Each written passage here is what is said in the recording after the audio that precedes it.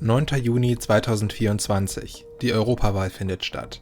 Wie in den meisten Ländern der EU können heute auch die Bürgerinnen und Bürger in Deutschland ihre Stimme für die Europawahl abgeben.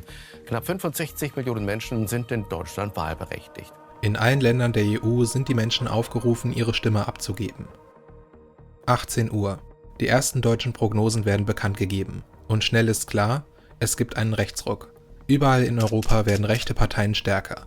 Die AfD legt im Vergleich zur letzten Europa- und Bundestagswahl deutlich zu. Sie landet bei 15,9%. Besonders auffällig, gerade bei jungen Wählern zwischen 16 und 24 Jahren scheint die AfD deutlich beliebter geworden zu sein.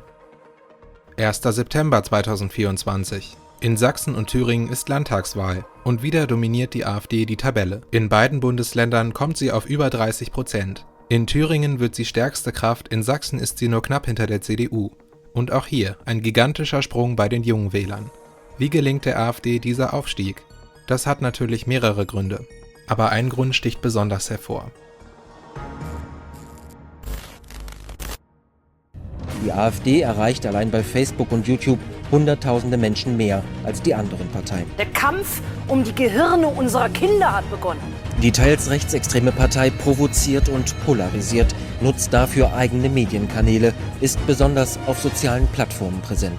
Die AfD ist ein Digital Native der Parteienlandschaft. Es ist schon auch ein verschuldener demokratischer Akteur, dass es überhaupt so weit kommen konnte.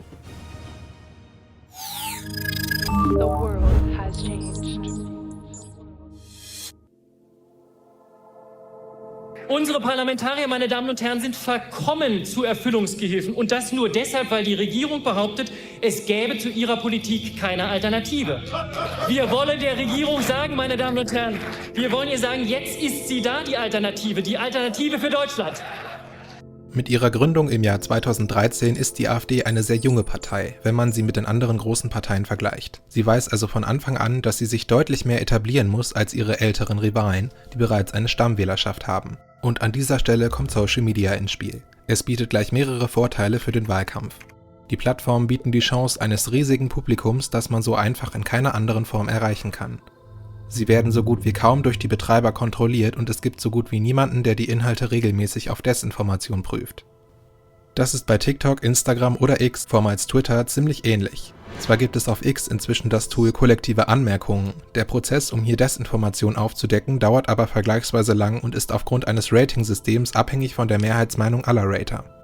Außerdem ist die Nutzung der Plattform kostenlos. Das Budget muss also entsprechend nicht so groß sein, wie es bei klassischen Wahlkampfmitteln der Fall ist. Ideal also für neue Parteien. Viel Aufmerksamkeit, kaum Kontrolle, weniger Kosten.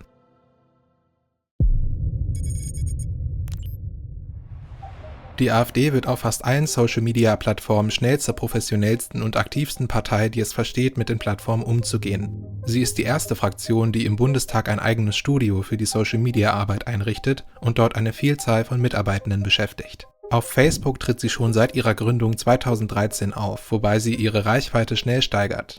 Zu diesem Erfolg trägt auch die Facebook-Seite der Pegida-Bewegung früh bei. Sie sympathisiert mit der AfD und die Organisationen verschaffen sich synergetisch Aufmerksamkeit auf Facebook und YouTube.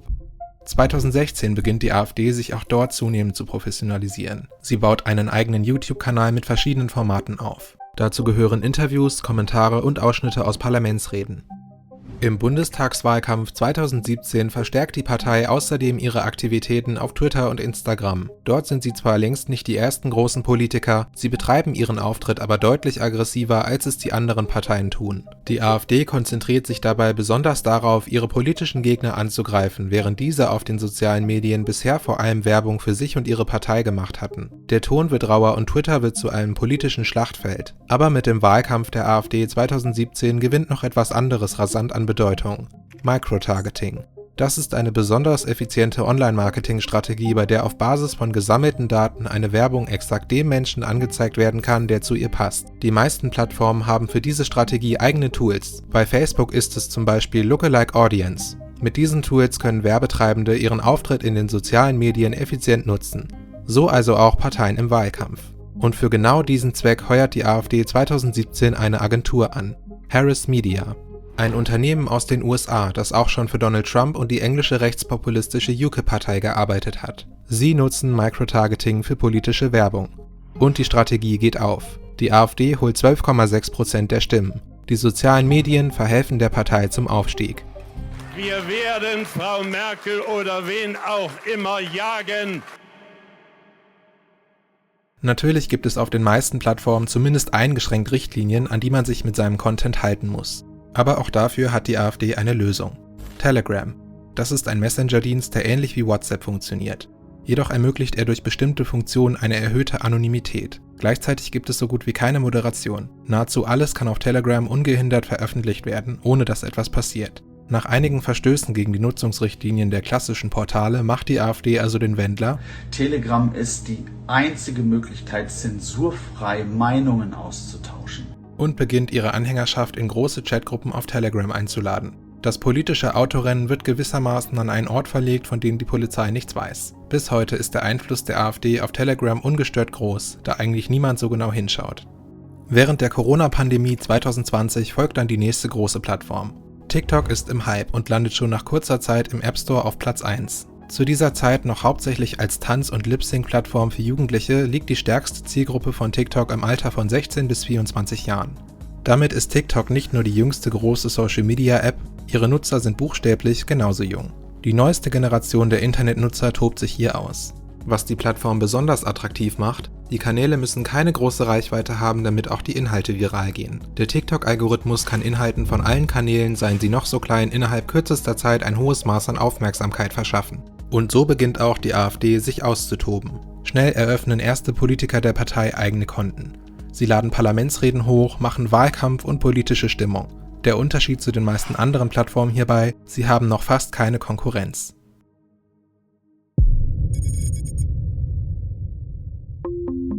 Um mit ihren Videos eine besonders erfolgreiche und überzeugende Wirkung zu erzielen, nutzt die AfD verschiedene Tricks und Mechanismen, die uns zeigen, wie gut die Partei mit TikTok umgehen kann. Da wäre zunächst einmal die Verarbeitung der Videos. Die AfD setzt hierbei vor allem auf Kurzvideos, die prägnant und stark verpackt werden. Beispielsweise über dominante Parolen, die oftmals einfach als durchgehende Überschrift platziert werden und den Zuschauenden regelrecht anschreien.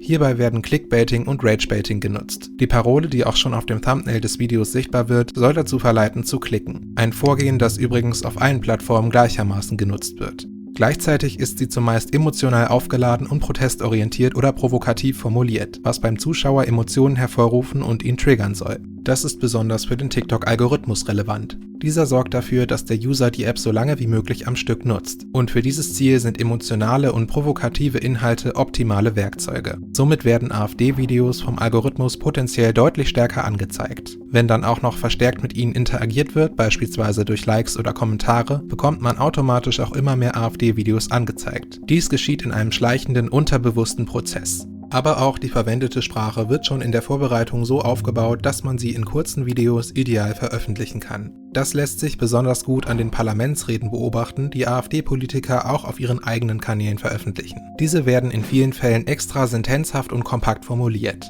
Es gibt also keine ausufernden Erklärungen oder komplizierte Formulierungen, wie man es sonst von politischen Reden gewohnt ist. Das Ukrainer Bürgergeld mit dem Porsche abholen. Deutschland wurde zu einem Multikulti-Versuchslabor. Das Deutsche zur Minderheit werden in Deutschland. Schicken Sie Ihre eigenen Kinder in den Krieg. So können einzelne Teile der Rede für sich alleine stehen, benötigen keinen oder nur wenig Kontext und können perfekt als starke Aussagen verbreitet und von der Gefolgschaft geteilt und ohne viel Aufwand wiederholt werden. Und Recht und Freiheit sind des Glückes Unterpfand. Vielen Dank. Und auch inhaltlich ist alles darauf ausgerichtet, sich zu verbreiten. Die komplette Bandbreite an populistischen und rhetorischen Mitteln zu behandeln, welche die AfD nutzt, um ihren Content erfolgreich zu verbreiten, würde den Rahmen dieses Videos komplett sprengen. Wir konzentrieren uns hier im Folgenden auf diese 3 Beispiele. Die da oben, das Rabbit Hole und Framing.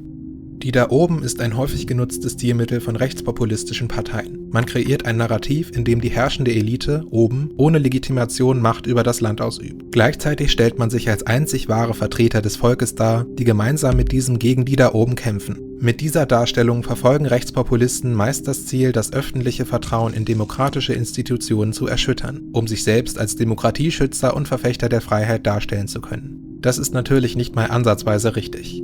Alle Parteien in Deutschland müssen durch Wahlen demokratisch legitimiert sein, sodass die Macht vom Volk ausgeht. Auch ist die AfD selbst Teil der deutschen Gesetzgebung und hat die Möglichkeit, politische Macht auszuüben, sowohl auf Bundes- als auch auf Landesebene. Trotzdem ist es wahnsinnig einfach für die AfD, auf diese Weise andere Parteien unbeliebter zu machen. Wir leben schließlich in einer Zeit, die von so einigen politischen Krisen geprägt ist. Die Preise steigen, der Klimawandel schreitet voran und weltweit eskalieren Konflikte und Kriege. All das sorgt dafür, dass wir unzufrieden sind. Sei es nun aus Angst vor einem Krieg oder schlicht, weil wir jetzt mehr Geld an der Tankstelle bezahlen müssen und uns bestimmte Dinge vielleicht sogar gar nicht mehr leisten können. Das sorgt für Wut, Enttäuschung und Verdruss. Die AfD spricht die Menschen also auf diesen Verdruss an und serviert ihnen die anderen Parteien als Zielscheibe für ihre negativen Emotionen, wobei in der Regel die Regierungsparteien als die Schuldigen dargestellt werden. Dass bestimmte Krisen nicht so einfach zu lösen sind, wird dabei unter den Tisch fallen gelassen. Man hebt sich selbst als das Gute hervor, indem man die anderen schlecht macht. Auf diese Weise ist man weniger auf eigene politische Inhalte angewiesen und bringt den Gegner in die Defensive. Ihr werdet doch alle verarscht von denen da oben. Darum geht's doch! Sie lieben dieses Land nicht. Was sie lieben, ist ihre Macht und ihre Mandate und das ist schäbig. Wir wollen nicht gegängelt werden. Wir wollen nicht, dass uns gesagt wird, was wir zu denken haben, was wir zu sagen haben. Wir stehen an der Seite der deutschen Bürger und das ist der zentrale und wesentliche Unterschied zu Ihnen. Hinter dem Ausdruck Rabbit Hole steckt grob die Aussage, glaubt niemandem außer uns. Das Prinzip funktioniert folgendermaßen. Nehmen wir einmal an, der Verfassungsschutz stuft die AfD als rechtsextremen Verdachtsfall ein. Und nun wird daraufhin eine überzeugte AfD-Sympathisantin gefragt, was sie davon hält und ob sie die AfD nun möglicherweise auch als gefährlich ansehen könnte. Die Wahrscheinlichkeit ist sehr hoch, dass sie ungefähr so reagiert. Ja, der Verfassungsschutz ist ja erstmal gar nicht unabhängig. Der ist ja dem Innenministerium bzw. Innenministerien unterstellt. Wie es der Kommentar schon richtig stellt, wird der Verfassungsschutz von einem Kontrollgremium überwacht. Er wird also in keiner Weise von einer einzelnen Regierungspartei kontrolliert. Ist aber egal. Es wird trotzdem versucht, möglichst alle Stimmen, die gegen die eigene Aussage sind, zu diskreditieren. Idealerweise geschieht das über die Eigeninszenierung als Opfer. Denn so erhält man einen Sympathie- und Emotionsbonus und erreicht nach einiger Zeit im besten Fall sogar, dass der Wähler nur noch das glaubt, was er von der AfD zu hören bekommt. Er fällt also in ein Loch, das Rabbit Hole, in dem er von anderen Stimmen, die der AfD widersprechen, gar nicht mehr erreicht werden kann. Wenn dieser kritische Punkt erreicht ist, kann man also noch so sehr versuchen, die AfD mit Fakten zu widerlegen, sie in Talkshows zu diskreditieren oder ihr Wahlprogramm zu zitieren. Es wird nicht funktionieren. Man kommt nicht mehr an die Menschen heran. Auf diese Weise kapselt die AfD ihre Wählerschaft von ihren Rivalen ab und sorgt für langfristige Bindung. Es gibt auf Social Media zahlreiche Beispiele und Versuche mit AfD-Wählern, Sympathisanten oder sogar Parteimitgliedern zu diskutieren, ihre politische Einstellung zu verändern oder schlicht faktisch zu diskreditieren. Fast alle Versuche scheitern. Framing bezeichnet die Art und Weise, wie Informationen präsentiert werden, um vorab eine bestimmte Perspektive auf ein Thema zu fördern. Dieser Effekt kann auf unterschiedliche Weise erreicht werden, beispielsweise durch das Weglassen eigentlich relevanter Informationen oder auch das Austauschen von bestimmten Wörtern durch andere, um die Konnotation zu verändern. Ein klassisches AfD-Beispiel ist hierbei das Wort Remigration. Remigration. Remigration. Remigration. Das, was AfD-Politiker oftmals an inhaltlicher Vorstellung mit diesem Wort verbinden und beschreiben, kommt dem Wort Deportation inhaltlich gleich, also der zwangsweisen Abschiebung von Migranten. Remigration klingt aber nun mal harmloser und wird im Vergleich zum Wort Deportation nicht mit der Zeit des Nationalsozialismus in Verbindung gebracht. Somit kann die AfD ihre eigentlich extremistischen Ziele harmloser und bürgerlicher darstellen, als sie eigentlich sind. Man verwendet neutralere Sprache, mit der man seine Themen einem breiteren Publikum öffnen und den politischen Diskurs verschieben kann, in diesem Fall nach rechts. Aber die Art und Weise, auf welche die AfD ihre Videos produziert, ist nicht das einzige Problem.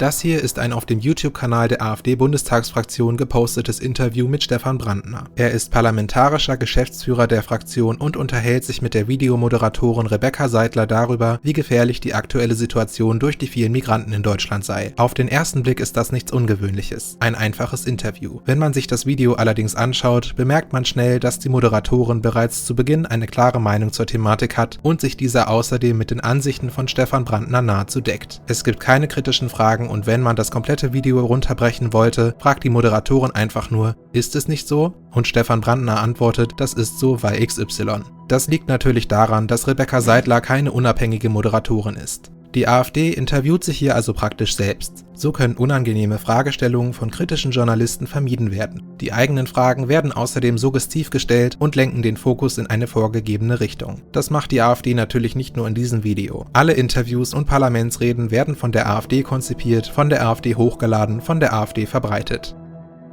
Die freie Arbeit von Journalisten und Medien kontrolliert in Deutschland als vierte Gewalt der Demokratie die Arbeit von Politik, Justiz und Exekutive. Diese Arbeit erfolgt unabhängig, da die Bedingungen nicht von der Politik diktiert werden können. Mit dem Einsatz eigener Parteiangehöriger in diesen Positionen umgeht die AfD diesen Umstand allerdings komplett, da diese nicht politisch unabhängig arbeiten. Im Gegenteil noch werden Gespräche als Interviews verpackt, die eigentlich gar keine sind. Aber man lässt sich eben lieber von unkritischen Parteifreunden befragen, als von unangenehm kritischen Journalisten. Die Kontrollinstanz von unabhängigen Medien wird dabei übersprungen. Die AfD baut mit Social Media ihre eigene starke Reichweite auf. Parteinahe Zeitungen entstehen und dürfen mit der AfD zusammenarbeiten, während klassische Medienhäuser mehr und mehr von der Partei umgangen werden.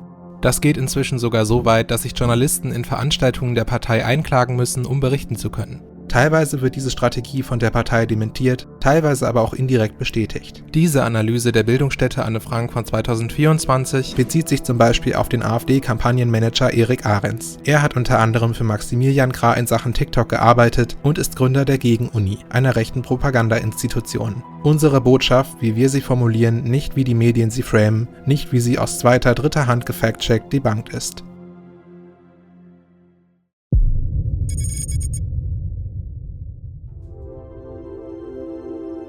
Die extreme Reichweite der AfD zeigt, wie sehr sie verstanden hat, wie Social Media funktioniert. Aber das heißt nicht, dass sie dort ausnahmslos mit allem durchkommt. Erst jüngst wurde die Reichweite des EU-Spitzenkandidaten der AfD, Maximilian Krah, stark eingeschränkt. Der Hauptaccount der AfD auf TikTok wurde im Mai 2022 aufgrund mehrfacher Verstöße gegen die Richtlinien gelöscht, nachdem TikTok diese verschärft hatte. Ebenfalls ist zu beobachten, wie die anderen Parteien langsam nachziehen und das Thema Social Media mit mehr Priorität und Respekt behandeln. Das ist gut.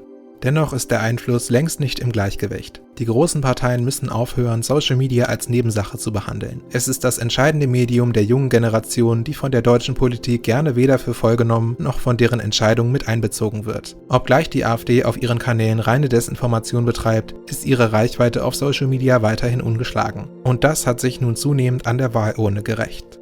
Es reicht eben nicht aus, ein lustiges What's in my bag Video aus dem Kanzleramt zu posten, wenn die Konkurrenz gleichzeitig professionelle Videos produziert.